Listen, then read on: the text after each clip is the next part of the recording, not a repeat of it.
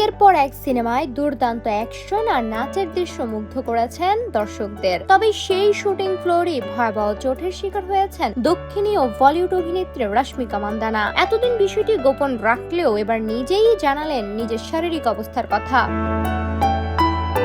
সামাজিক যোগাযোগ মাধ্যমে একাধিক ছবি প্রকাশ করে রশ্মিকা জানান, নতুন সিনেমা মাইশা এর একটি নাচের দৃশ্য ধারণের সময় গুরুতর চোট পান তিনি। পরপর 3 বার আঘাত পাওয়ার পর তার ডান পাশের হিপের একটি ট্যান্ডন ছিঁড়ে গেছে। চিকিৎসকের পরামর্শে এখন পুরোপুরি বিশ্রামে রয়েছেন এই অভিনেত্রী।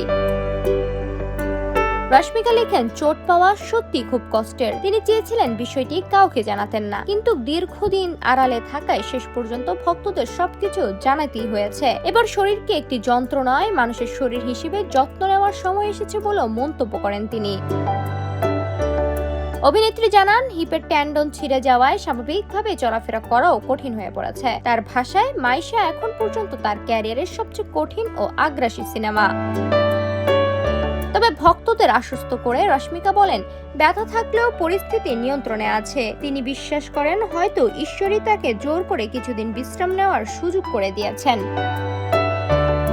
তবে সবচেয়ে বেশি দুশ্চিন্তা এখন শরীর চর্চা নিয়ে। নিয়মিত ব্যায়াম করতে না পারায় ওজন বেড়ে যাওয়ার আশঙ্কারও কথা জানিয়েছেন এই অভিনেত্রী। মজার ছলে তিনি বলেন, ব্যায়াম বন্ধ থাকলে তার শুধু মিষ্টি আর ডিজার্ট খেতে ইচ্ছা করে। চোটে আপাতত শুটিং থেকে দূরে থাকলেও খুব দ্রুত সুস্থ হয়ে আবারও ক্যামেরার সামনে ফিরতে চান রশ্মিকা। আর সেই প্রত্যাবর্তনের অপেক্ষায় এখন তার কোটি কোটি ভক্ত।